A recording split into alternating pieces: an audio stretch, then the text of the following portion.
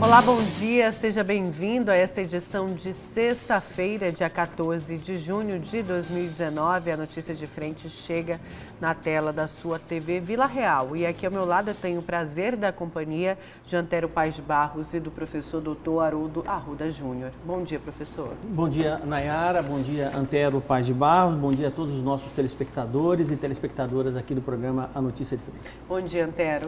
Nayara, bom dia, professor Haroldo, bom dia ao telespectador e telespectadora. Pois é, hoje, sexta-feira, é dia da grande paralisação dos serviços públicos. Isso é uma adesão do país inteiro e aqui em Cuiabá e Mato Grosso também não é diferente. Temos alguns serviços que vão paralisar por 24 horas a partir então de hoje. Eu quero contar um pouco quais são esses serviços, Antero e professor. Olha só, os motoristas de ônibus de Cuiabá e de Várzea Grande decidiram aderir à greve geral programada para hoje. A previsão é de que a frota fique reduzida em 50% durante o dia nas duas cidades. Tem também, a manifestação tem como motivação a luta contra a reforma da Previdência proposta pelo presidente Jair Bolsonaro. Em Cuiabá, a concentração do movimento grevista vai acontecer na Praça Ipiranga, na região central. Também, de acordo com o Sindicato dos Trabalhadores Rodoviários da Baixada Cuiabana, representação sindical dos motoristas, a categoria está parcialmente paralisada. Além dessa categoria, outras vão paralisar, além do transporte e também da educação, que já está em greve.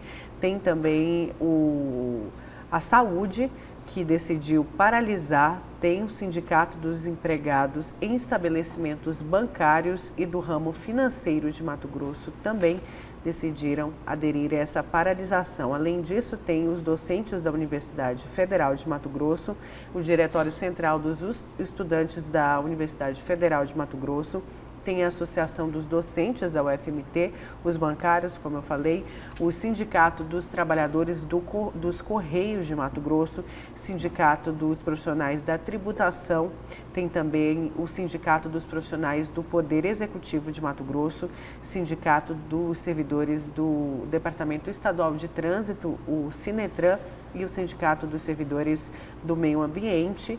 Tem também a CISMA, que é a saúde, e além disso tem o Sindicato dos Trabalhadores do Ensino Público, que já está em greve, o SINTEP, e o Sindicato dos Trabalhadores da Educação do Ensino Superior. São alguns dos funcionários dos segmentos que param hoje, dia 14. Majoritariamente, ou quase a totalidade, Isso sindicatos ligados ao serviço público. Exatamente. Porque são os atingidos pela reforma da Previdência. A paralisação é uma paralisação política, não é nenhuma reivindicação, é contra a reforma da Previdência. Eles não querem reforma nenhuma, eles querem a manutenção dos privilégios, mesmo sabendo que o Brasil está quebrado. Ou seja, no Brasil, não é uma república federativa do Brasil. O Brasil é uma república corporativa. É corporativa. Os professores olham o que interessa aos professores e lasque-se o que interessa ao país. Aquela frase famosa de um presidente americano: não pergunteis o que vosso país pode fazer por vós, mas sim o que vós podeis fazer por ele. Isso é coisa que está em desuso no serviço público brasileiro. Eu falo isso assim com tristeza no coração, porque eu acho a greve um instrumento bastante legítimo, mas é uma greve política contra a Previdência. Nós temos 230 milhões de brasileiros, dos quais 2 milhões trabalham no serviço público. Esses 2 milhões é que são os mais atingidos na reforma da Previdência. Os que estão fora do serviço público não são atingidos pela reforma da Previdência. Em alguns casos, no caso dos mais pobres, o que eu mais fico indignado, assistindo ontem à televisão, uma líder, uma deputada lá do PCdoB. Olha, eu sou contra isso porque atinge principalmente os mais pobres. Mentira! É uma espalhafatosa mentira ao povo brasileiro. Atinge principalmente os mais ricos. Quer dizer, há aí nisso tudo uma defesa da não mudança com relação ao servidor público. Ora, a gente tem que organizar isso porque algumas coisas estão acontecendo. Primeiro, nós vivemos mais. A população mundial está vivendo mais. As crianças que estão nascendo hoje, com certeza viverão mais de 100 anos. E com qualidade de vida. Viverão de 100 a 120 a 150 anos. E nós estamos batendo na tecla, e a reforma da Previdência vai privilegiar: homem só aposenta aos 60 e mulher só aposenta aos 57. E vou ficar 90 anos aposentado? Ou com 45, 50 anos aposentado? Quer dizer, então, essa é uma questão que a gente tem que debater cientificamente. Nós vamos conseguir, daqui a pouco, ter mais gente sem trabalhar, recebendo em função do que trabalhou, mas a massa salarial que vai estar trabalhando não vai conseguir produzir riqueza o suficiente para produzir para quem está trabalhando e para uma multidão que já se aposentou. Este é o problema da reforma da Previdência. O que tenta se evitar é acontecer aqui o que aconteceu na Grécia. Na Grécia, os salários foram reduzidos em mais de 40%. Pega um aposentado e reduz aí o salário dele em 40%. É uma coisa grave, né? Esse é com relação à reforma da Previdência, inclusive é o meu destaque de hoje, né, que eu vou complementar. Você tem uma paralisação aí praticamente nacional, né, de inúmeros sindicatos, de inúmeras categorias com relação a essa reforma da Previdência, que, a meu ver, essa é uma opinião minha. Sou professor da Universidade Federal de Mato Grosso, deixar bem claro isso, né? Mas eu sempre apontei e sempre sinalizei que existe necessidade de se fazer essa reforma da Previdência. Isso é fato. Se não existisse essa necessidade, nenhum dos outros governos anteriores teriam tomado alguma atitude com relação a isso. Eles não conseguiram fazer essa reforma da Previdência, né? Essa reforma vai gerar uma economia gigantesca. Essa categoria de servidores públicos, que é uma minoria, certamente vai ser a mais prejudicada, mas em nome de uma maioria, Antero. Você tem uma maioria aí de brasileiros, entendeu? Que serão, de certa forma, a longo prazo, não vou dizer beneficiados, mas você terá uma condição de previdência muito superior ao que nós temos hoje. Eu diria até o seguinte, vai ser prejudicada em benefício dela própria. Porque lá no futuro, eles vão ter a garantia de que vão receber. Ninguém gosta de fazer malvadeza. Olha, claro. Eu vou estabelecer essa condição aqui para prejudicar a sua vida. Eu não acredito que nenhum governante gosta de fazer isso. Mas né? a reforma da Previdência tem defeito? Tem defeito. Qual que é o defeito? É não incluir os militares. Também. Fora isso... Antero, tem alguns defeitos que eu acho, né? Não, tem. Nesse processo todo. Tá? Acho que já estão mudando Dos no militares, tudo né? bem. Dos militares, tudo bem, concordo plenamente com você. Mas, por exemplo, eu acho, né, que faltou comunicação por parte do governo federal no sentido, um primeiro passo, um primeiro ensaio de reforma da Previdência, que eu acho que não deveria ter sido a reforma da Previdência, poderia ter sido feita uma reforma tributária primeiro, para você, seria muito mais fácil, seria muito mais tranquila para um governo estar chegando, né, em seu primeiro ano, fazia tributária e na sequência fazia previdenciária, tá? Da Previdência. O que faltou para o governo foi um problema de comunicação, porque hoje houve até um embate à época, pensando o seguinte: mas será que essa Previdência é deficitária? Será que não é deficitária? Não se tem claro isso. E um dos pontos de pauta das pessoas que estão reivindicando hoje a questão do da não aprovação da reforma da Previdência é exatamente isso. Eles dizem o seguinte: mas a reforma da Previdência não é deficitária, ela é superavitária, ela tem outras receitas. Os especialistas falam isso, falam né, isso. em direito então, tributário, essa que existe falta de comunicação e não um déficit. Exatamente. Essa falta de comunicação é que faz esses movimentos. O governo erra nesse sentido. Isso é uma desonestidade intelectual, porque assim, eles fazem, se você for pegar a lei e pegar todos os itens que compõem o dinheiro para compor o fundo para pagar a reforma da Previdência, a Previdência não é deficitária. Não é deficitária. Não é. Mas se você fizer isso, você vai estar tirando muito dinheiro da saúde, muito dinheiro da educação, muito dinheiro disso, muito dinheiro daquilo. E aí compromete. Tem a questão da Previdência e da assistência em função do SUS. E não é possível que nos debates nacionais ninguém consiga contrapor essa quase unanimidade do déficit da Previdência. Está aqui, Mato Grosso acabou de fechar aqui o quadrimestre com 275 milhões de déficit. De déficit na Previdência. Na Previdência. Vai fechar com 1 bi no ano de déficit da Previdência. E o Mato Grosso fica inadministrável daqui a pouco. Se o Mauro Mendes não fizer nada aqui, não vai alterar a vida do Mauro Mendes. Por isso acho que tem que ser Mas feito daqui lá. a pouco vai ser o Haroldo Arruda Júnior, que vai ser o governador de Mato Grosso, e o Estado vai estar inadministrável. Quer dizer, se você não tomar providências agora, e qual que é a providência que você tem que tomar? Você tem que tomar a providência assim. O Fernando Henrique começou a consertar isso. E o Senado já aprovou isso, o Congresso já aprovou isso. A partir de 2013, 2014, quem entra no serviço público se aposenta até o limite daquele que está na iniciativa privada. Se quiser aposentar, se quiser melhorar essa aposentadoria, ele complementa a sua aposentadoria. Faz poupança, economiza e contribui com a sua própria aposentadoria.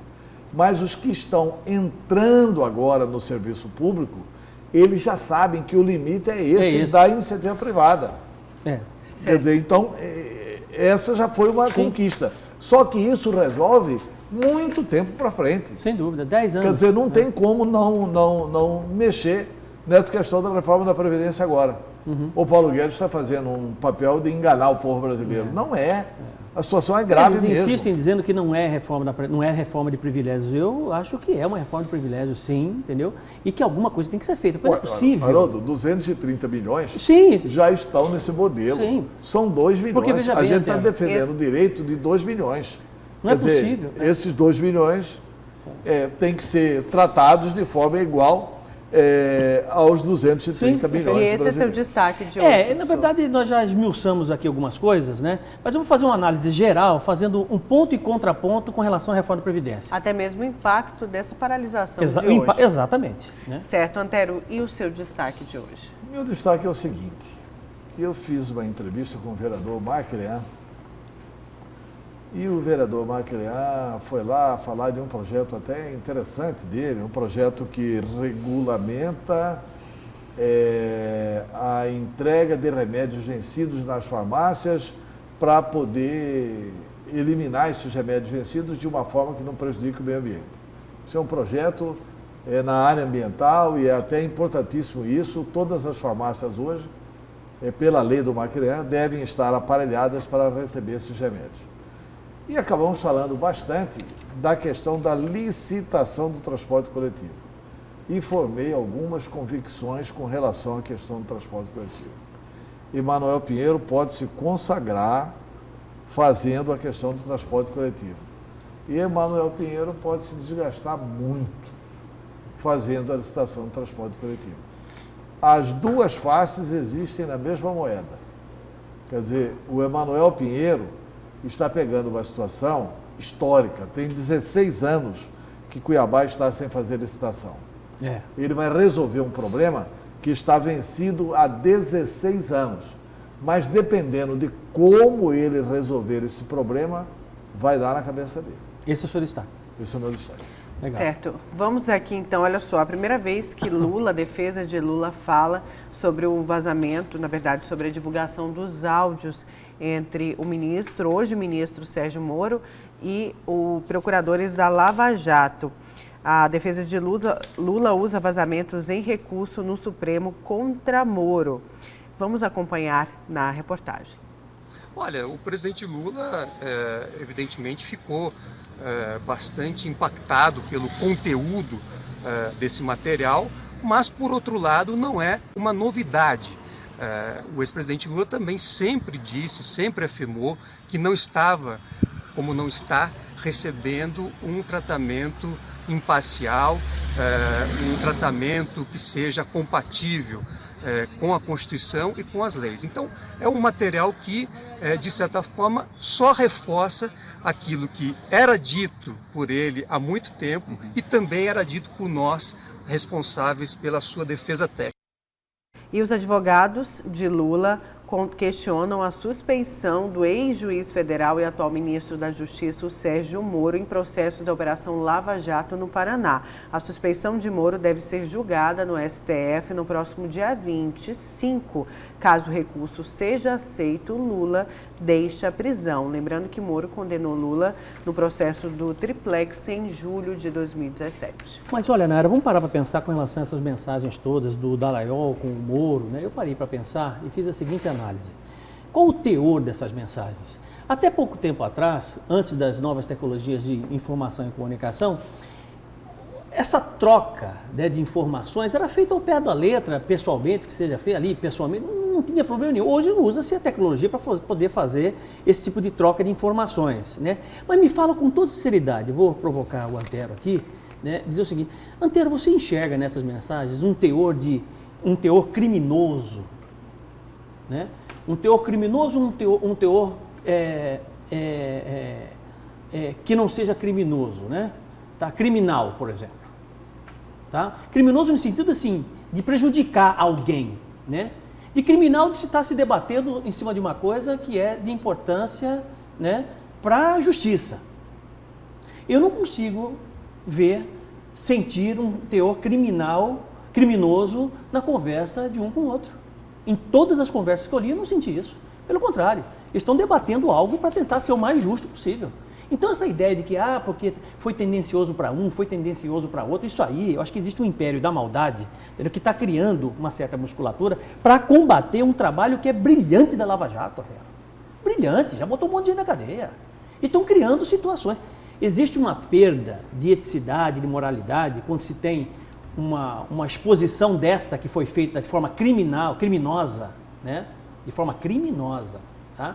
Porque é grampo, né? Isso existe. Agora, eu não vejo absolutamente nada que possa comprometer o Sérgio Moro e o Dallagnol.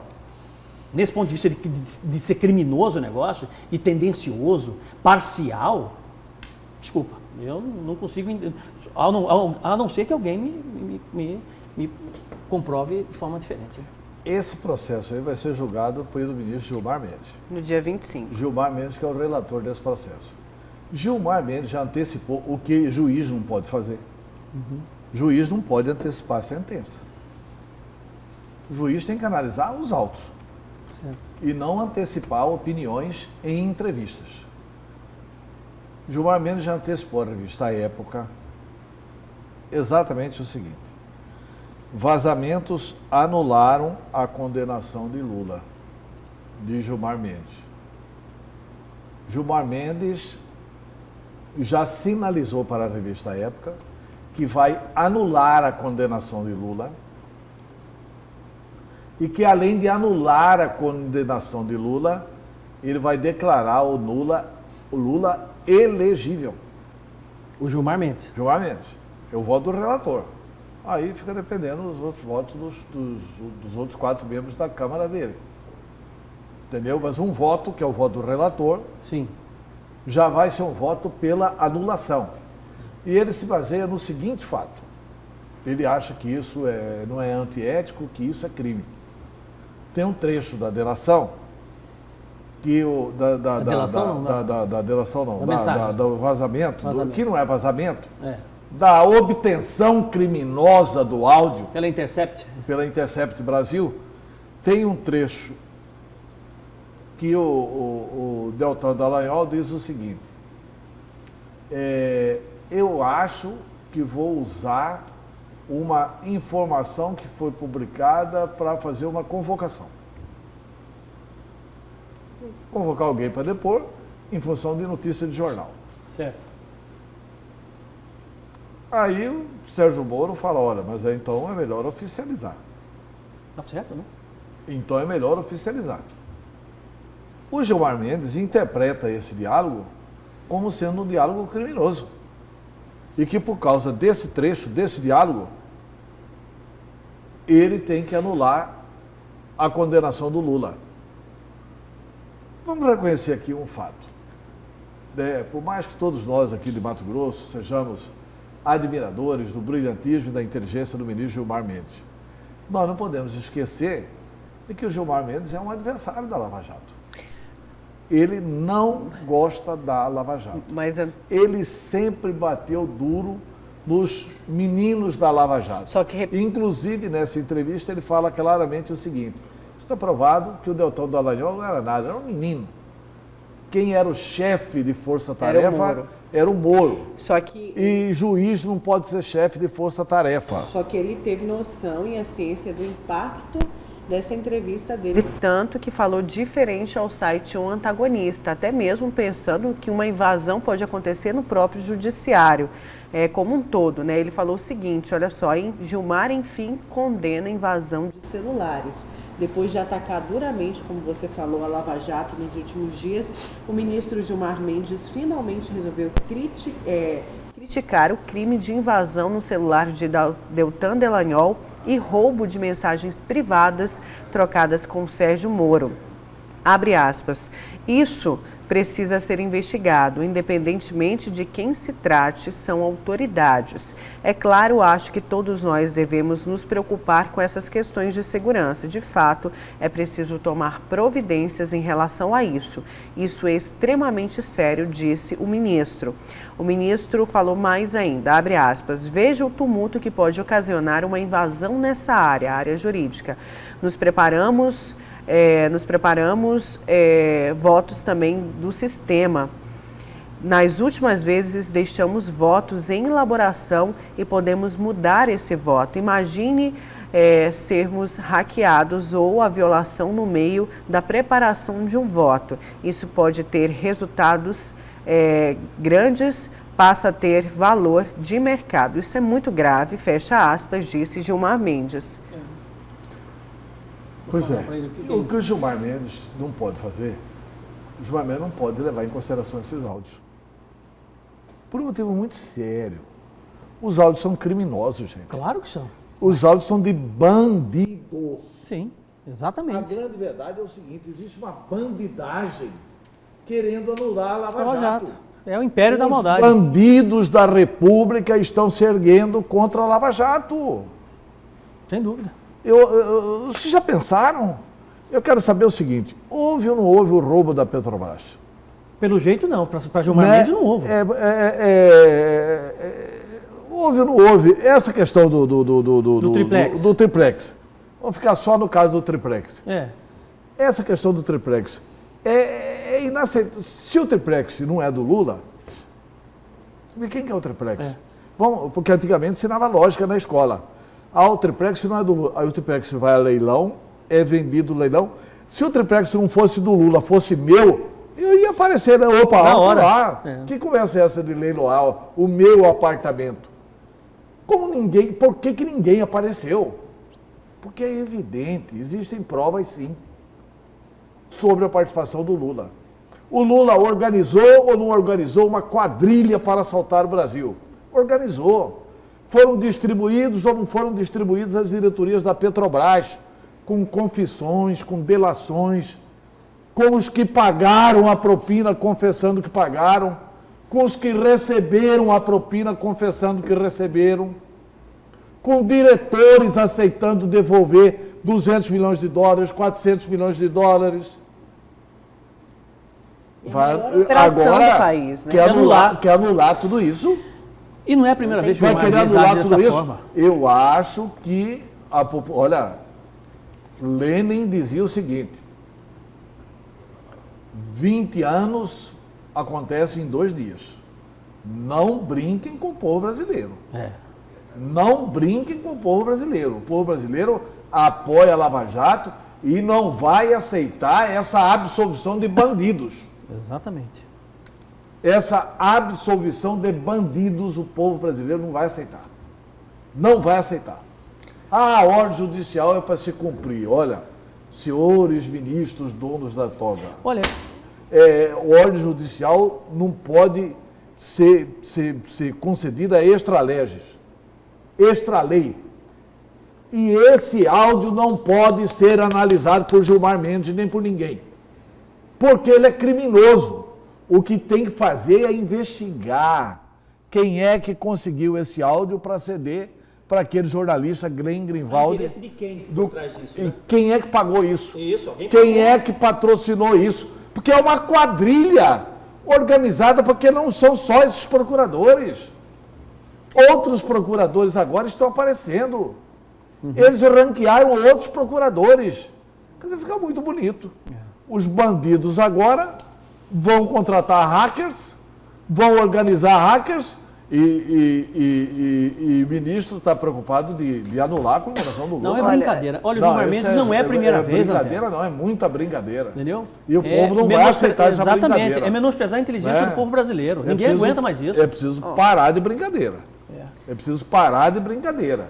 Assim, mas tem algum erro do Moro, ótimo. Primeiro que não tem condições de você julgar se tem ou não erro do Moro e erro do Dallagnol. Como é que você vai julgar erro do Dallagnol e do Moro se isso aí não é uma coisa que deve ser levada a sério? Se nós cansamos de ouvir do ministro Gilmar Mendes, esta prova tem que ser desentranhada dos autos porque ela é fruto da árvore envenenada, porque a prova é ilegal. Como é que nós vamos pegar uma prova ilegal? Como é que vai ser usada uma prova ilegal? É a premissa errada. Para inocentar bandido. Pelo amor de Deus. Antero, se a nação não tivesse consciência de tudo que aconteceu, da roubalheira que aconteceu, se essas confissões todas não tivessem acontecido, admite-se. Né? Agora, dessa forma, desse jeito, não. Você sabe quando eu comecei a conhecer... É golpe do judiciário. A conhecer o caráter do ministro Gilmar Mendes? Sabe quando eu comecei a conhecer o Gilmar caráter... Mendes é um homem de bem. Não. Homem de bem? Eu considero Gilmar Mendes um ministro... Querendo cancelar a Lava Jato desse jeito? Não, destruir todas as provas. Ele deu uma opinião que ele já voltou Antero, atrás. O seu conceito de bem está errado. Você me desculpa, não está errado, Antero. Pelo amor de Deus, homem de bem não faz isso. Homem de bem faz coisa boa para a sociedade, faz coisa boa, pensa na nação. Esse ministro, o caráter dele foi desvelado naquela ligação que ele fez para o governador Silval Barbosa. Busca apreensão na casa do governador, ele liga para o governador. O que é ministro do Supremo Tribunal Federal? Tem que ligar para o governador. Oi, governador, como vai? Tudo bem? Oi, ministro, tudo bem? O que está acontecendo aí, meu amigo? Está acontecendo que busca apreensão e pegaram um revólver meu aqui com registro vencido e eu não sabia. Que absurdo. Que absurdo que estão fazendo com você. Isso é um absurdo. Não pode fazer um negócio desse com você. Olha, minha solidariedade é você. Solidariedade é quem? É um bandido, Antero. Solidariedade é um bandido que ficou preso durante não sei quantos anos. Você acha que um cara do Supremo Tribunal Federal, é o cara que não tem quem remedia ele na era, entendeu? Não tem para falar assim, vou te parar porque você não tem... Ninguém faz, ele é Deus, pra tua ideia, entendendo? O que é errado nesse país. Porque o cara faz tudo errado ali dentro, entendeu? Um relator de um processo importantíssimo como ele, e vai propor cancelar a Lava Jato e soltar o Lula. É brincadeira, isso é piada, é menosprezar a minha inteligência. E dá elegibilidade ao Lula. E dá elegibilidade, ele pode ser candidato. Pode ser candidato. E vai ser. Pelo amor de Deus. Não, vai ser. Não, vai ser e dá elegibilidade ao Lula, mas ainda não falou em anular a última eleição. Pois é. Daqui a pouco. Falta só isso. Cabimento e ele já virou piada nacional, né, gente? Todo mundo já faz piada com ele. Olha só, eu quero trazer... Mas vamos, eu vou falar uma coisa aqui que eu sei que vou ser muito criticado aqui pelos internautas. O Gilmar Mendes tem notório saber jurídico. O Gilmar Mendes é uma das maiores inteligências do Supremo Tribunal Federal. O Gilmar Mendes é um dos mais preparados operadores do direito que tem no Brasil. E o Gilmar Mendes teve uma atuação destacada no Supremo Tribunal Federal a ponto de evitar a venezuelização do Brasil. Pois é, não fosse Gilmar Mendes, em determinado momento, é mesmo padrão de Éder, em determinado momento da vida, em determinado momento da vida brasileira, não fosse Gilmar Mendes e isso aqui teria virado uma Venezuela. Os historiadores vão reconhecer isso. Os historiadores vão reconhecer isso. Pontualmente, eu acho que neste caso o Gilmar está errado. Pontualmente. Eu não faço todo essa verborragia aí contra o Gilmar em função de uma ligação para um amigo. Ele, quando liga para o governador Silval Barbosa, é o Gilmar Mendes de Diamantino que está ligando para o governador. Não tem nada que comprometa nesse diálogo. Governador, assim. O que está acontecendo aí? Não, foi uma arma minha que estava com o porte vencido. Então, minha solidariedade. Tem que ter outra postura. Mas ele não vai ser seguida. Ele não vai julgar esse caso. É amigo do amigo, né? Se ele fosse julgar esse caso, tudo bem. Eu quero... Mas ele não vai julgar esse caso.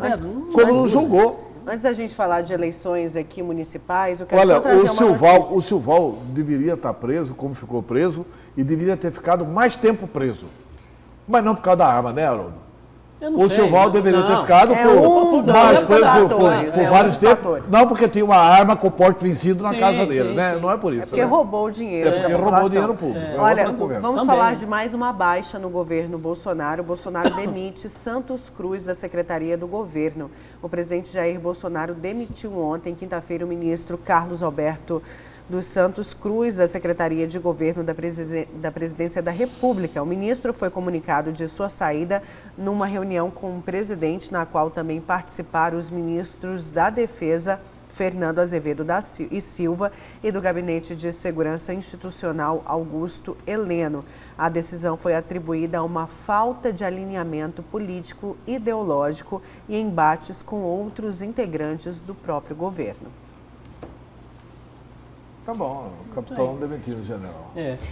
E vamos falar de eleições 2020. O PV sinaliza compor base de Mauro Mendes e já reivindica cargos em Mato Grosso. O presidente estadual do Partido Verde, José Roberto Estopa, confirmou que a sigla tenta uma aproximação com o governador Mauro Mendes com o objetivo de compor a base de apoio na Assembleia Legislativa. De forma sutil, ele sugeriu interesse em obter vagas no governo. Segundo ele, já houve conversas nesse sentido e em breve deverão ser realizadas outras. As falas de Estopa foram feitas em uma entrevista na TBO. O Mauro Mendes vai precisar de apoio na Assembleia, porque ontem ele teve uma derrota lá inesperada para alguém que está no início do governo. Mauro Mendes tem ou não tem maioria na Assembleia Legislativa? Tem. E ontem a Assembleia derrubou um veto do governador do estado. Ele vetou o pagamento de horas extras para policiais que atuarem na lei seca. E a Assembleia derrubou o veto e estabeleceu a forma de condições de pagar. E aí tem toda uma foto do deputado Romualdo Júnior. Veja bem, o deputado Romualdo Júnior só é deputado porque o Mauro Mendes puxou para o governo o Silvano Amaral. Senão o Silvano que assumiria a vaga e não o deputado Romualdo Júnior. O deputado Romualdo Júnior é do MDB, que teoricamente é da base aliada do governador Mauro Mendes. E eles derrubaram o veto, e com a derrubada do veto, eles criaram gratificação, veja bem, gratificação por atividade voluntária de fiscalização no âmbito do Detran. Gratificação por atividade voluntária de fiscalização no âmbito do Departamento Estadual de Trânsito. Pela proposta, os servidores da autarquia e das polícias civil e militar, fora do expediente normal de trabalho, em finais de semana e feriados, poderão, de forma voluntária, atuar na organização, coordenação e execução de ações especiais integradas à fiscalização, no trânsito a cargo da Secretaria Estadual de Segurança Pública. Tá bom, e quem que disciplina isso? Quer dizer, o Estado está estabelecendo uma regra de ninguém ter hora extra. Aí vai abrir hora extra para os militares. Aí a Assembleia derruba o veto do governador, abre hora extra para os militares. Então, em boa hora essa conversa com o PV para aumentar essa base e o governo Mauro Mendes, através do chefe da Casa Civil, Mauro Carvalho, que é a quem cabe esse relacionamento com a Assembleia. Isso aqui pegou o governo de surpresa. Como é que o chefe da Casa Civil pode ser surpreendido por uma votação de derrubada do veto? Quer dizer, essa é uma coisa que tem que ajustar, porque senão daqui a pouco vira moda. Vira moda e aí você tem a maioria só para garantir os cargos para a maioria. E não tem a maioria para garantir as políticas que o governo está defendendo. Tomara que isso aqui não cause um rombo sério no Estado, porque a partir do momento que você não está dando hora extra, Não, você não está dando RGA, você não está dando nada, você não está dando nada para o professor. Aí você vai dar aqui. Vai dar hora extra para militar. Se você não dá para não dá para ninguém. Não dá para ninguém. Pelo amor de Deus, eu acho que... Essa era a ideia. Eu acho que os 14 da Assembleia que derrubaram o veto erraram. Tem uns que votam porque quanto pior, melhor, né? Agora tem gente da base do governo que votou. A oposição não tem mais que 5 lá. E, entretanto, o governo perde uma votação dessa. Olha, vamos falar de saúde agora. O ministro da Saúde atende solicitação de Selma e determina auditoria no PS de Cuiabá no pronto-socorro. Atendendo a solicitação da senadora Selma Arruda durante uma reunião que aconteceu na quarta, o ministro da Saúde, Luiz Henrique Mandetta, determinou auditoria no pronto-socorro de Cuiabá. Lembrando que ela esteve numa vistoria junto com o Ministério Público lá no pronto-socorro, depois de várias denúncias que ainda estão sendo feitas por parte do Sindicato dos Médicos, de falta de insumos básicos e também de lotação ali, de que os pacientes saíram do corredor, mas foram jogados em depósitos no pronto-socorro de Cuiabá. Ela já anunciou, né, depois da visita, que ela ia reivindicar essa auditoria junto ao Ministério da Saúde. Né? Eu não acho ruim, eu acho que é importante fazer. Eu acho bom, eu acho que até para equilibrar a coisa. Não, eu acho diante que é uma boa providência. Denúncias no não, até porque o Ministério da Saúde está bem distante, não vem fazer politicagem aqui, vai fazer um levantamento sério e pode contar com o apoio, inclusive, do Tribunal de Contas, pode fazer uma coisa muito séria e que pode, se o governo municipal tiver humildade, inclusive ajudar o governo. Claro. Apontar os erros do governo para que sejam corrigidos. Sim. Agora, Antero, uma coisa que me incomoda... O governo tem que ter 2 coisas, humildade e coragem, né? Tem que ter coragem de tirar o secretário de saúde. Pois é, isso que eu ia falar, porque o Antero falou anteriormente que o transporte coletivo também, se o prefeito acertar na licitação, se der tudo certo, ele tem grandes chances para 2020. Sim. Porém, a saúde também é uma outra barreira. Sim, é uma outra barreira que precisa mudar esse cenário. A saúde também e só muda com a troca do secretário. É outro cenário que ele tem tudo para acertar e que está fazendo questão de errar. Antero, a falta de medicamentos, a falta disso, a falta daquilo, não é problema dessa gestão. Todas as gestões tiveram um problema com relação... O problema do pronto-socorro é pior, não falta medicamento. Pois não faltam nada. Não falta, está lá no estoque, só não está no pronto-socorro na hora que precisa. Só falta gestão. Exato, mas o que me incomoda nisso tudo? Não é isso. Que isso aí são insumos, né? É uma questão de gestão, de controle, entrada e saída. Um bom gestor hospitalar faz isso, presta conta e a coisa funciona. O que me preocupa e que me deixa indignado, né, são essas denúncias de boicote por parte de médicos, né, que simplesmente vão lá, falam que fazem cirurgia, não fazem cirurgia nenhuma, vai lá, bate ponto e não Mas e isso vai já embora. Isso já foi constatado que é mentira. Pois é. O Tribunal de Contas foi lá, fez uma... Antero, isso não é mentira. Peraí. O Tribunal de Contas foi lá, constatou o seguinte, e nós divulgamos aqui no programa, não sei se você estava no programa nesse dia. Não estava, não. Não estava, né? E nós divulgamos o seguinte, que o Tribunal de Contas foi lá, fez avaliação sobre isso, sobre essa questão do boicote, porque ficaram falando aí, repetindo, muito. Boicote, todo mundo está acreditando que é boicote. Que tem gente lá dentro do pronto-socorro sacaneando. Isso aí. Aí o Tribunal de Contas foi lá e constatou o seguinte, não, os profissionais que cuidam disso no pronto-socorro estão solicitando para a Secretaria Municipal de Saúde a tempo e a hora. Estão solicitando no prazo certo. Olha, vai vencer amanhã. Remédio tal. Vai vencer amanhã. Isso e aquilo. Vai vencer amanhã. Isso. Eles estão solicitando a tempo. A Prefeitura de Cuiabá é que não tem atendido a tempo. Então é um problema exclusivamente de gestão. É um problema assim, de calçar as sandálias da humildade. Olha, sinceramente, eu fui muito amigo de Dani de Oliveira, fui um dos maiores amigos da vida de Dani de Oliveira. Se Dani de Oliveira falasse para mim, Antero, você quer assumir a Secretaria de Saúde? Eu não assumiria. Não, Dani, eu sou inapto. Eu não tenho condições de assumir a Secretaria de Saúde. Eu assumi secretarias que eu tinha... Afinidade. Perfil. Casa Civil, que eu tinha uma boa relação política e comunicação, que é um assunto que eu dominava. Agora, vai assumir a Secretaria de Fazenda? Não vou. O Luiz Antônio Poços de Carvalho é, ao mesmo tempo, um brilhante procurador, e é mesmo, e é secretário de Saúde. Quer dizer, ele deveria poupar o Emanuel disso Falei, Manuel, arruma o nome que eu estou de saída. Porque a auditoria do Tribunal de Contas já constatou que os profissionais da área médica que cuidam desse setor no pronto-socorro estão pedindo certo.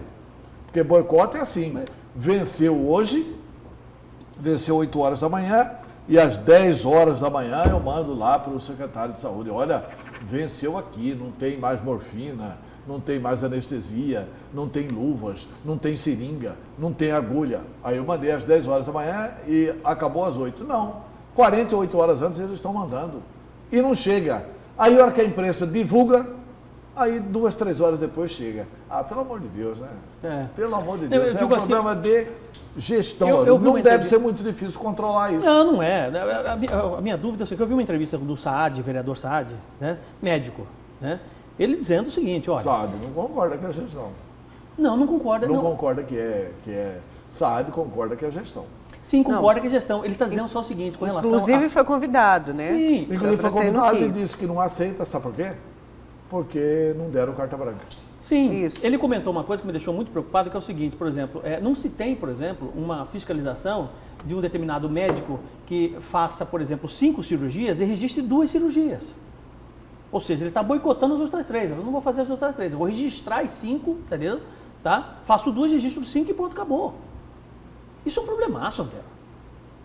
Tá entendendo? Então, esse tipo de boicote, que eu entendo como boicote, né, que é um problema grave, né, que deve ser apurado, deve ser acompanhado, porque é dinheiro público, né, gente?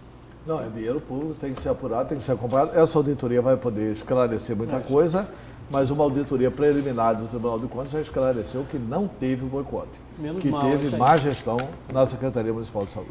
Certo, vamos para a nossa primeira pausa do dia. Na volta tem transporte público, aqui a licitação de Cuiabá. Não sai daí, a gente já volta. Fica aqui com a gente na TV Vila Real.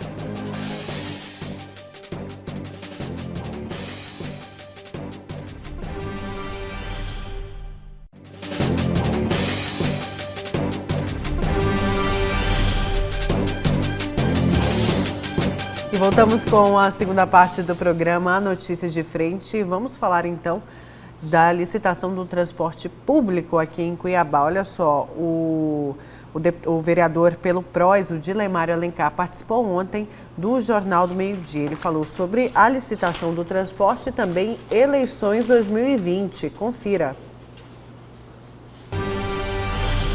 Olha, uma das maiores polêmicas dessa licitação é o tempo. 30 anos, vereador, é muito tempo para dar a concessão por uma empresa trabalhar aqui no transporte coletivo da capital. Deveria, isso é a opinião de vários analistas da área, até mesmo de transporte, de seguir o padrão a nível nacional, que é de 15 prorrogado por mais 5 ou de 10 prorrogado por mais 5.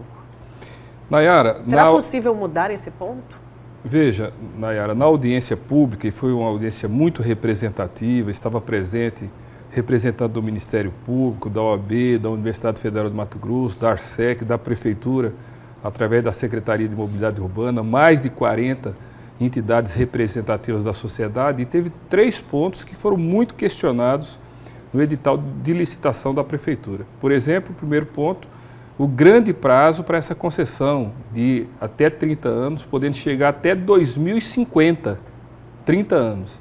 E aí nós questionamos o secretário porque foi feita uma pesquisa, Nayara, e nenhuma capital adotou esse modelo em concessão de transporte público desse prazo excessivo de 30 anos. Então foi feita uma contraproposta, nós vamos apresentar ao prefeito, Emanuel, com cópia para o Ministério Público, que seja feito um aditivo no edital e esse prazo seja de 10 mais 5 anos, porque você deixar 30 anos é perigoso, principalmente se correr o risco dessas atuais empresas que operam aqui em Cuiabá ganharem, porque elas prestam péssimo serviço aos usuários. Agora, um outro ponto dessa licitação é sobre a climatização, né, vereador, que foi proposta na licitação 30%, mas ainda está muito aquém da necessidade do cuiabano. A gente sabe que é uma cidade muito quente e não é luxo. O ar-condicionado dentro do transporte coletivo é necessidade e direito desse usuário. Então, esse foi outro grande ponto de reclamação. As pessoas que estavam presentes na audiência, as pessoas de forma justa querem que os ônibus, com a nova licitação, 100% da frota seja climatizada. E a Prefeitura está defendendo apenas 30%, chegando em 5 anos os 100% para a climatização. Isso é muito perigoso também. A cidade é muito quente, de forma que nós vamos apresentar uma proposta de que a climatização na frota seja de 100%, ou no máximo, que no mínimo comece a rodar os novos ônibus com 70% de climatização e avançando até 2023 o restante dos 30%. Agora, você começar com 30% e esperar 5 anos para chegar a 100%, isso vai ser muito ruim para os usuários. Assim que essa empresa ganhar a licitação, a tarifa vai ser logo reajustada, porque a gente sabe que todo o estudo foi feito em cima dos R$ 4,10. Inclusive, a explicação da CEMOB da demora de se lançar a licitação foi justamente pelo sobe e desce da tarifa. Só que é preciso estipular que essa tarifa permaneça pelo menos por um tempo em R$ 4,10. Essa foi outra Isso com certeza foi também um grande questionamento, porque nós, vereadores que fazemos oposição ao prefeito Emanuel, o vereador Dilemário e outros, nós conseguimos baixar nesse ano por 2 vezes a tarifa, de R$ 4,10 para R$ 3,85, mas o prefeito, junto com a Arsec, bateu duro e fez novamente voltar para R$ 4,10. Então, nós perguntamos ontem para o secretário da CEMOB, a partir de 2020, vai vigorar a tarifa de R$ 4,10 ou vai ser outro valor? Ele falou que vai ser outro valor. Está fazendo a licitação com base de R$ 4,10, mas já em 2020 aumenta. Eu tenho até aqui um gráfico, veja, Cuiabá hoje, com a tarifa de R$ 4,10, tem a tarifa mais cara do Brasil, proporcionalmente falando, em relação à média percorrida de ônibus de ida e volta. Para você ter ideia, Cuiabá, a viagem percorrida e de volta é uma média de 13,5 quilômetros. A passagem mais cara hoje no Brasil é em Belo Horizonte, que é R$ 4,50. Só que lá, a corrida, a viagem de volta é 41 quilômetros. 41 quilômetros. São Paulo, que é o percurso mais longo, a média é de 44 quilômetros. A tarifa em São Paulo é R$ 4,30. A gente conversa...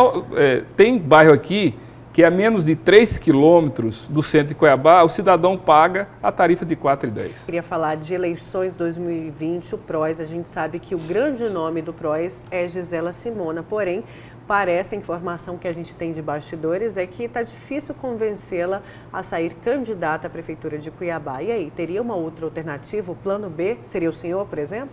Não, a Gisela é unanimidade dentro do partido, é um grande quadro. Ela foi surpreendente na eleição dela para deputado federal, foi a mais votada em Cuiabá, tem preparo e nós estamos buscando convencer a Gisela a aceitar esse desafio de ser candidata pelo partido. Ela está meio reticente, está advogando que deve discutir essa questão em 2020, mas eu penso que muita coisa vai acontecer até janeiro, fevereiro, março do ano que vem. E a gente vai trabalhar no convencimento de que a Gisela seja candidata como uma alternativa da população votar para prefeito de Cuiabá.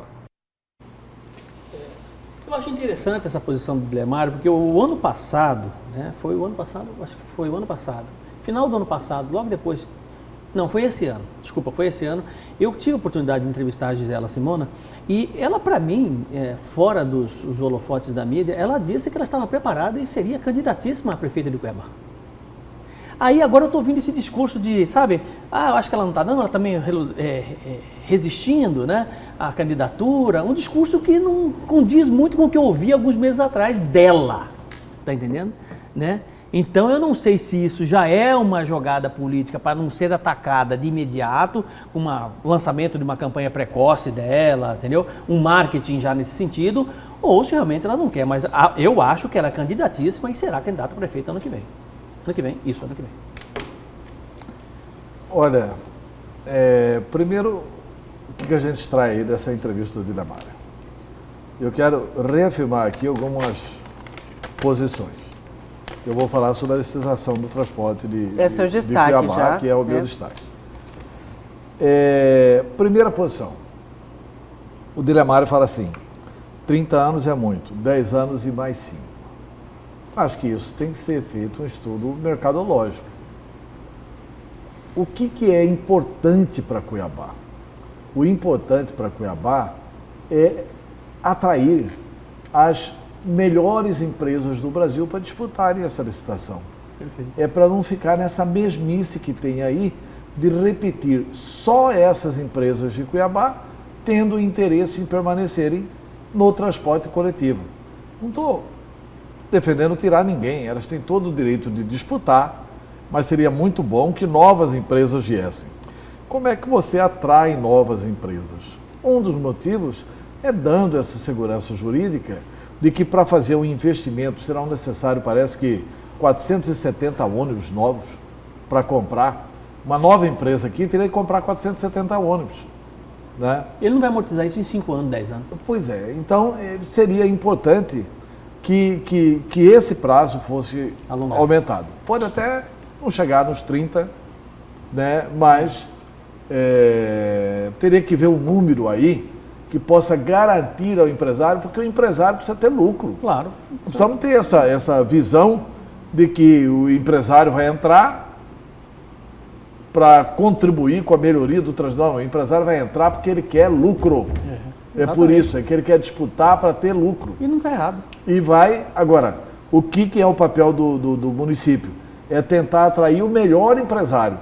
Onde ele tenha lucro, tudo bem, é compreensível isso, dentro das regras legais do transporte coletivo, mas onde ele faça o investimento que a cidade precisa e que a cidade merece. Então, primeiro ponto.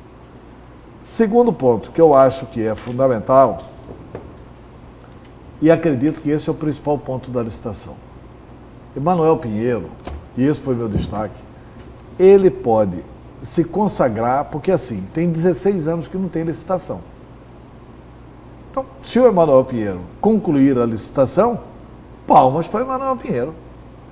Porque tem 16 anos que não tem licitação e ele está fazendo uma nova licitação em Cuiabá. Tá. Mas tem, na entrevista que eu fiz com o vereador Macrean, eu percebi o seguinte: o vereador Macrean tentou na entrevista falar assim: eu sou o vereador, autor da lei que garante o Wi-Fi em todos os ônibus de Cuiabá. E ao mesmo tempo ele teve a oportunidade de defender, ele defendeu. Eu quero defender aqui que o prefeito está certo, a secretaria está certa, de lançar a licitação com 30% de ar-condicionado e depois em 5 anos vai melhorando até atingir 100%. O público que estava ouvindo a entrevista começou a ligar, porque essa é uma situação que eles querem. Aí eu perguntei para ele: vereador, eles quem? Quem que é eles que querem? Porque assim, o senhor não sabe ou sabe quem que vai ganhar a licitação. A prefeitura não sabe ou sabe quem que vai ganhar a licitação. Licitação, quando você fala licitação, significa que pode ganhar uma empresa que você não conhece. Licitação não é para a prefeitura escolher a empresa, é para vencer o certame licitatório a melhor empresa. E aí, eles quem? Vocês conversaram com quem?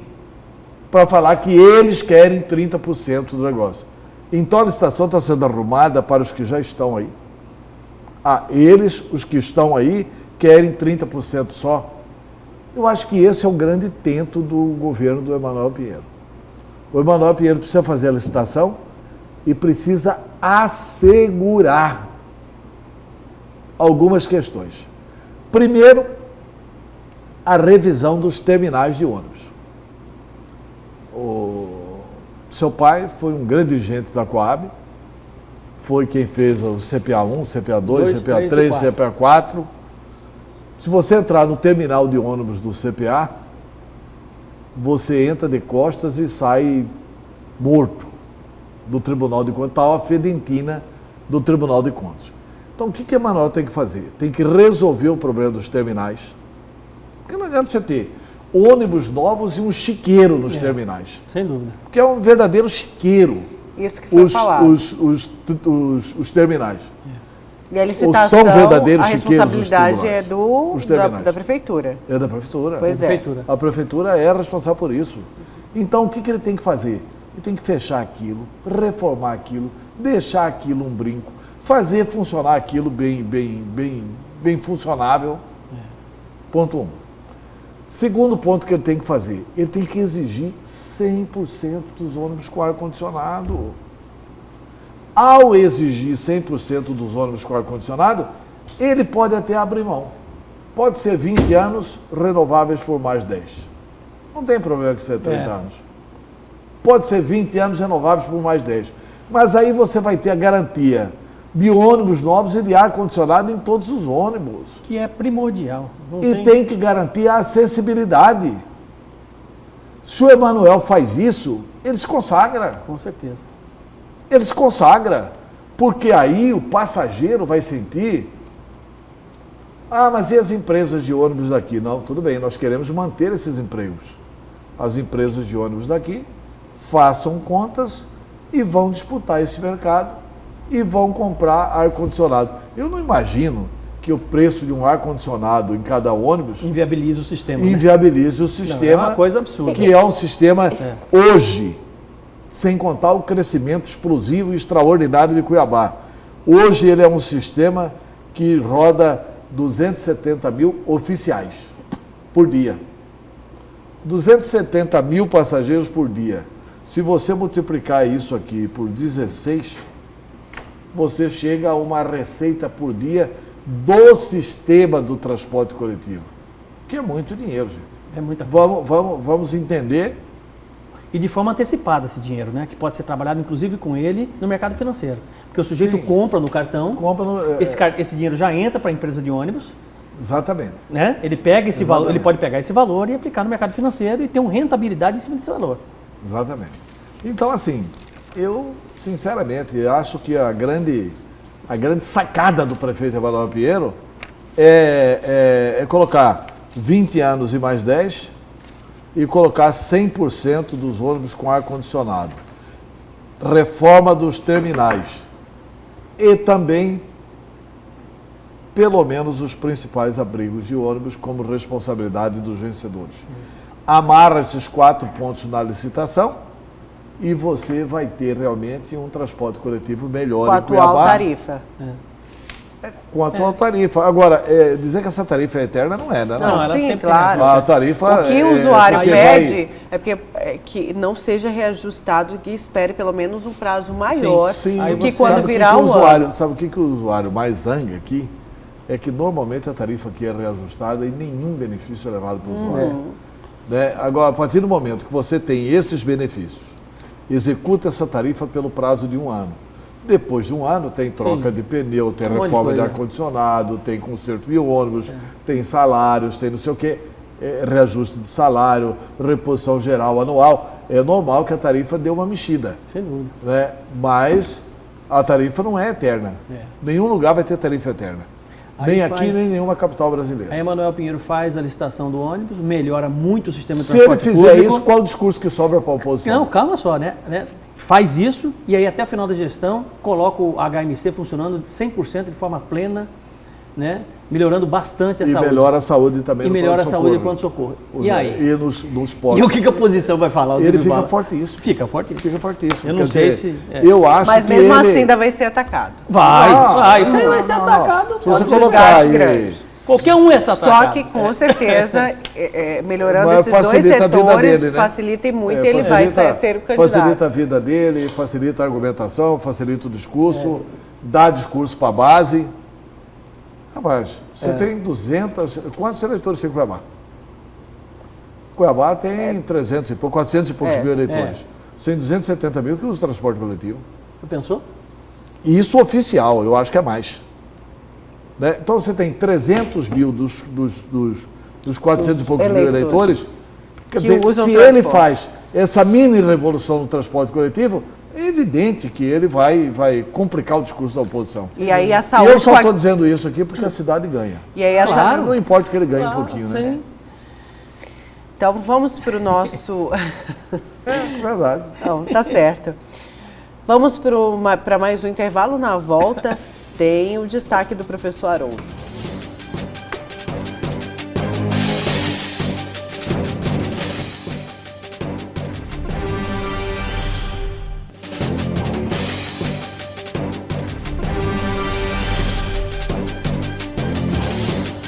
Voltamos com a última parte do programa Notícia de Frente. Antes de chamar a matéria, eu quero ir aqui para os destaques da Assembleia Legislativa. Olha só, Botelho adia a votação para discutir com o governo o uso de verba do FEX para pagamento de RGA.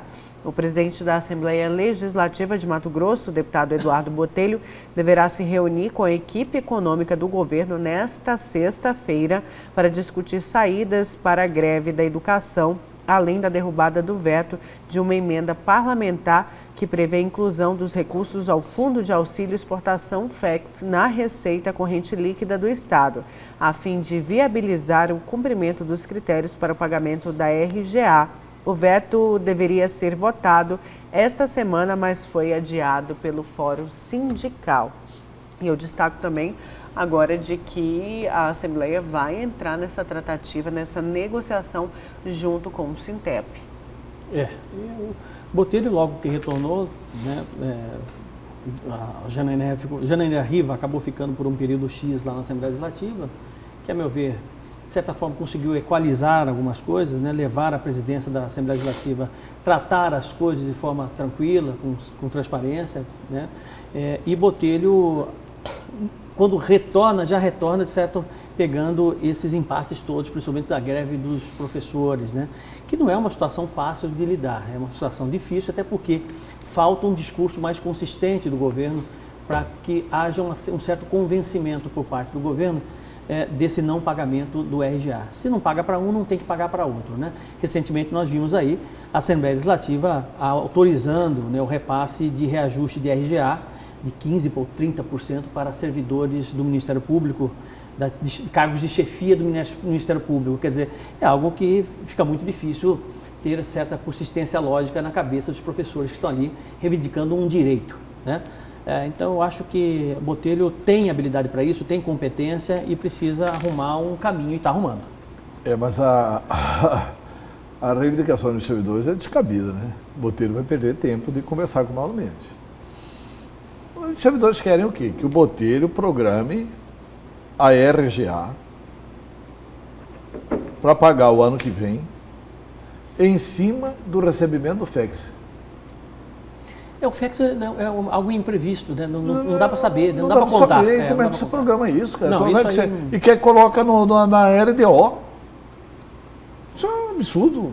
Você está contando uma coisa que não tem. Você pega uma receita fictícia e cria uma despesa obrigatória. Você põe na LDO que vai pagar o RGA e, sinceramente, eu acho que é imprevisível. Uma conversa dessa não, eu concordo. Não é uma conversa elevada. Não é esse caminho, de não. Pessoas que têm que sentar à mesa com responsabilidade de acertar os rumos do Estado. Eu estou dizendo com relações sindicalistas. O caminho não é esse. Os sindicalistas querem exigir da Assembleia um apoio que é um apoio, assim, inconsequente. Não dá para o deputado, por isso que eu sou a favor do parlamentarismo. Eu também. Porque deputado que apoiar um trem desse, então tá bom, vamos fazer nova eleição aqui para a Assembleia e elege novos deputados, porque não é possível você querer que o Estado pague aquilo que o Estado não tem condições de pagar. Tivesse o Estado recebido o ano passado, tivesse a lei sido aprovada em nível federal, de que vai pagar agora a composição da Lei Candir, tudo bem, mas a notícia que se tem é outra. A notícia que se tem é que o Paulo Guedes não vai pagar coisíssima nenhuma da Lei Candir, que a questão do ano passado não está no orçamento, não está em lugar nenhum, não tem lei que obrigue a pagar, e que ele não vai pagar os 400 milhões. E aí eles querem que a gente coloque 1.700 no orçamento para pagar o RGA dos servidores. Pelo amor de Deus. Pelo amor de Deus. E o que o Estado tem que se preparar, infelizmente, é para verificar até quando vai essa enrolação do governo federal. Aprovada a reforma da Previdência, o Estado tem que verificar isso. Eu sou favorável a essa ação dos servidores depois que for aprovado isso em Brasília. Depois que tiver garantia, que tiver compromisso, que tiver data, que tiver lei, que tiver obrigatoriedade do repasse. Sem isso, O Estado tem que se preparar para um enfrentamento até com o governo federal. Não somos nós que temos que ajudar Brasília. É Brasília que tem que ajudar Mato Grosso. Então, assim, vocês não vão cumprir com a Lei Candir, naquilo que vocês prometeram lá no passado? Não vamos cumprir.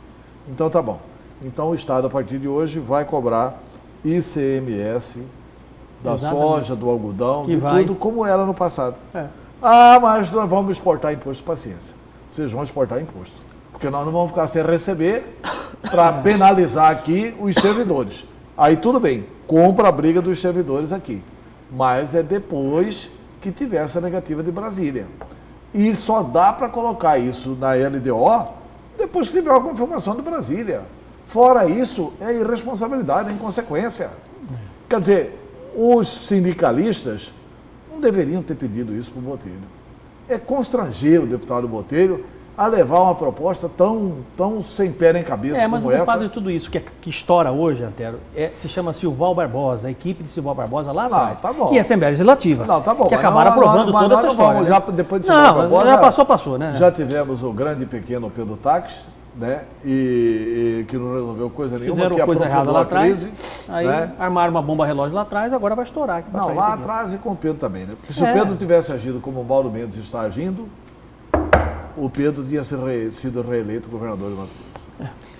Olha só, aí em Mato Grosso, os produtores rurais estão tendo dificuldade para conseguir financiamento junto às instituições financeiras por conta da lentidão na emissão e validação do cadastro ambiental. A Nayana Bricá conta mais para a gente.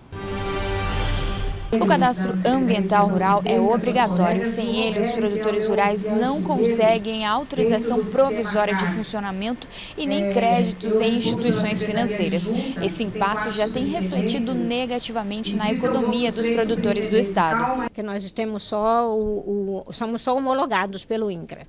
E aí também temos o problema do SINCAR, porque nós temos lá um SINCAR da área toda e quando você chega no banco para pegar o empréstimo, você precisa de um SINCAR do próprio lote de cada parceleiro. E como não está sendo liberado para ninguém em assentamento, então nós estamos com esses problemas. Atualmente, a SEMA tem 8 funcionários para o auxílio dos cadastros. O deputado Silvio Fávero, que propôs a audiência pública para discutir o assunto, acredita que esse número não é suficiente. Do meu ponto de vista, ajudaria, mas não acredito que vai resolver não, porque nós estamos falando, como ela acabou de falar, tinha mais ou menos 60 mil cards. Ela já falou em 100 mil cards.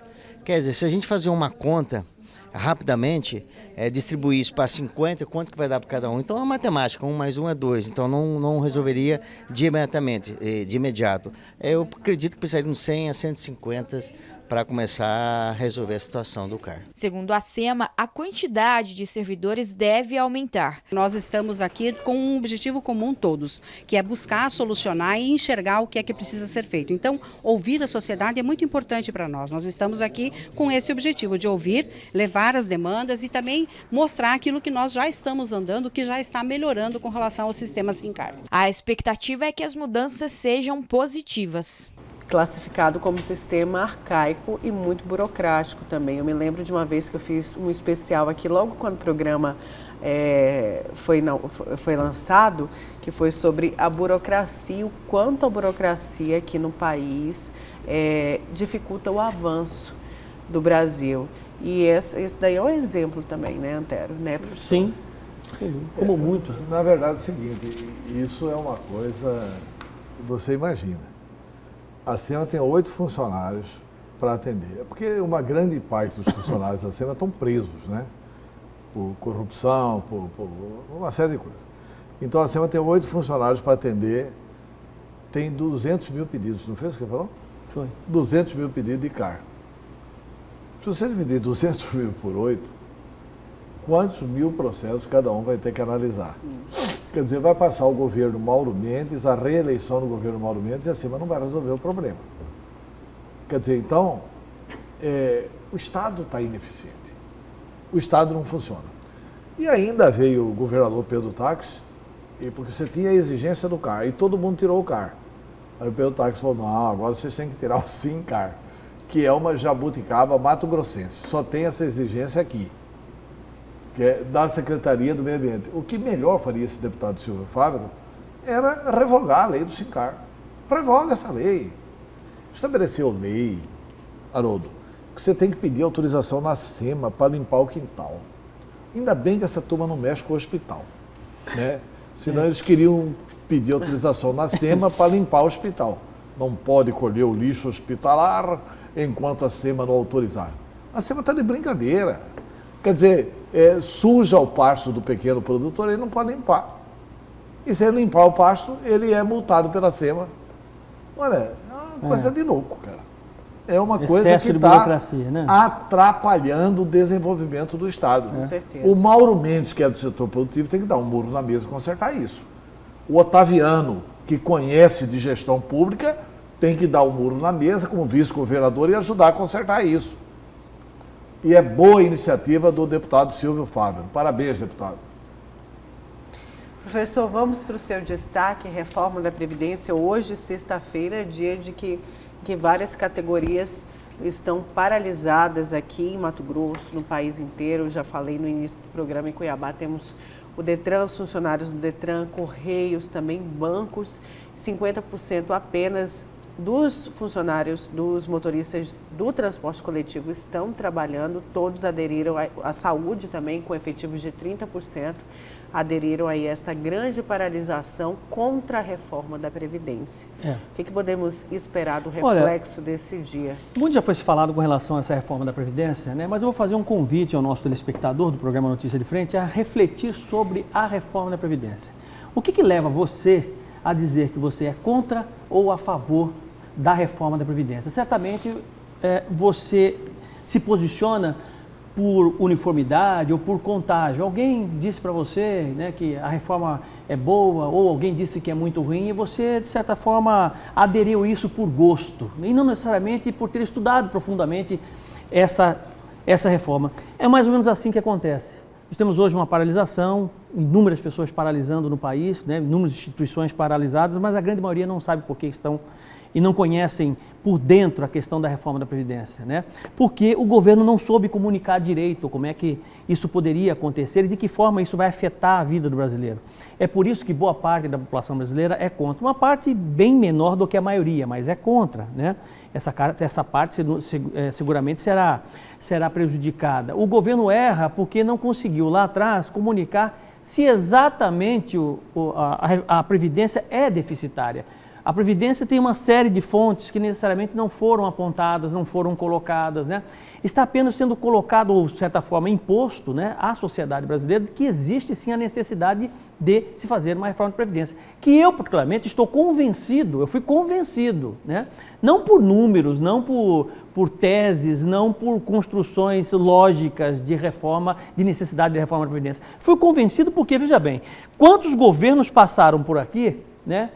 Na presidência da República e tentaram fazer essa reforma da Previdência, né? Nós vemos hoje que realmente existe no país uma casta que é privilegiada. Você vê aposentados aí com aposentadorias muito acima do teto constitucional, né? São políticos, são gente ligada a servidores públicos, que seja.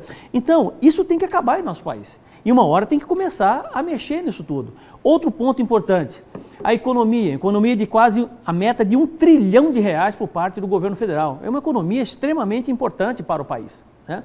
Então, veja bem, se nós ficarmos convencidos de que realmente o governo tem razão, essa reforma da Previdência ela é necessária. Não para mim, não para a Antero, não para a Nayara, mas para os nossos filhos, para o futuro do país, né? Porque o país já não aguenta mais viver e sustentar, de certa forma, um conjunto de pessoas que vivem como Marajás. E é preciso que isso aconteça, essa reforma da Previdência. Enfim. E professor Antero, ontem teve reunião na comissão especial na Câmara dos Deputados. O relator, o deputado Samuel Moreira, do PSDB de São Paulo, falou aí vários pontos, né, no relatório dele. Eu vou citar aqui alguns pontos para vocês comentarem, mas um dos pontos que causou até uma discussão foi a redução do abono para o saque do PIS e do PASEP. Vamos conferir aí o vídeo dessa discussão durante a Comissão Especial da Reforma da Previdência na Câmara dos Deputados. Posta aqui, presidente. E presidente, eu peço para interromper, presidente. Vou interromper minha fala e vou recomeçar ela. Eu peço que suspenda o tempo e quero pedir ordem na casa. Quero pedir ordem na casa. Eu consultei ali. Ele tinha Pessoal, eu não tenho como levantar da mesa para ir apartar a briga. Eu só acho... Onde é que está aqui? Quem está falando? Eu, Fontana. Aqui.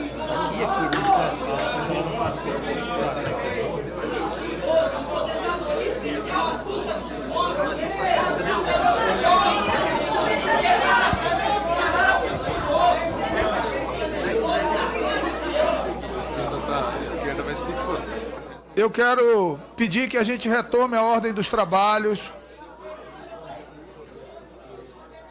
Deputado Marcel, eu peço que a gente retome a ordem dos trabalhos. Deputada Perpétua, eu não tenho como, deputada Perpétua, eu não tenho como controlar, eu não tenho como controlar debates fora do microfone. Confusão, então, durante essa sessão especial sobre a reforma da Previdência. E eu quero falar alguns pontos aí da mudança do relator para o texto do governo. Olha só, a idade mínima para o trabalho urbano. O que diz a proposta do governo? A idade mínima para aposentadoria após o período de transição seria de 62 anos para mulheres e 65 para homens. E o tempo mínimo de contribuição passa a ser de 20 anos para ambos os sexos. Já o texto do relator prevê o seguinte: 62 anos para mulheres e 65 para homens. Porém, o tempo mínimo de contribuição sobe para 20 apenas para os homens e fica 15 para as mulheres. Outro ponto aqui é da aposentadoria rural, que diz a proposta do governo. Idade mínima de 60 anos para aposentadoria de homens e mulheres com 20 anos de tempo de contribuição. Homens, 60 anos para homens e mulheres na aposentadoria rural. E já o texto do relator diz o seguinte: permanece a idade mínima de 55 anos para mulheres e 60 para homens, e o tempo mínimo de contribuição sobe de 15 anos para 20 apenas para os homens e 15 anos continua mantido para as mulheres, ou seja, a aposentadoria rural feminina não é mexida. Alguns pontos aí para vocês comentarem, depois eu sigo com existia aquela aposentadoria especial para policiais, não tinha? Não, mas continua? O texto continua. O texto trata de forma especial e deve ser mesmo. Concordo, sim. Você não vai exigir de um policial com 65 anos estar correndo atrás de bandido na rua, porque ele não vai ter mais esse poderio físico, né? A idade, que é um tema também bastante comentado, e a capitalização, aquele sistema que foi retirado. O BPC e o capitalização. Que foi retirado no texto do relator. Na verdade é o seguinte, as mudanças reduziram de 1 trilhão, que seria a economia do governo, para 952 bilhões, segundo o relator. Tem uma situação gravíssima aí que nós devemos comentar. O relator retirou estados e municípios. Pois é. Retirou, vai ter que fazer aqui, né, agora? Não, teoricamente tem que fazer aqui. Mas ele retirou taticamente. Ele é favorável a estados e municípios. Mas ele retirou para jogar com a seguinte norma regimental da Câmara dos Deputados. Primeiro, vota o relatório dele. Ao retirar estados e municípios, ele ganhou lá uns 70 votos do Nordeste que votariam contra a Previdência se tivesse estados e municípios. Então, ele aprova esse texto geral da Previdência, que garante essa economia de 952 bilhões. Aprovado isso, no regimento interno da Câmara dos Deputados, o parlamentar pode fazer assim um DVS, que é destaque para votação em separado. Aí ele pede destaque para votações separado. Aí eles vão pedir para incluir no texto, já aprovado, de comum acordo com todo mundo, eles vão pedir aí para incluir no texto estados e municípios. E aí vai depender do quê? Da mobilização de governadores e prefeitos para convencerem as suas bancadas. Se cada estado convencer a maioria da sua bancada, é uma votação que exige 3/5, que exige uma maioria qualificada. Se cada estado convencer, os estados e municípios podem entrar. Se não votar lá, eu tenho uma preocupação com relação às assembleias legislativas e câmaras municipais. Que condição eles terão de votar isso conhecendo o assunto, né? Então, é isso, né? Certo, professor Antero, muito obrigada. Obrigado a você, né? Obrigada. Obrigado. Um ótimo final de semana para vocês. Segunda, né? Até segunda, se Deus quiser. Muito obrigada. Você fica agora com o Jornal da Manhã.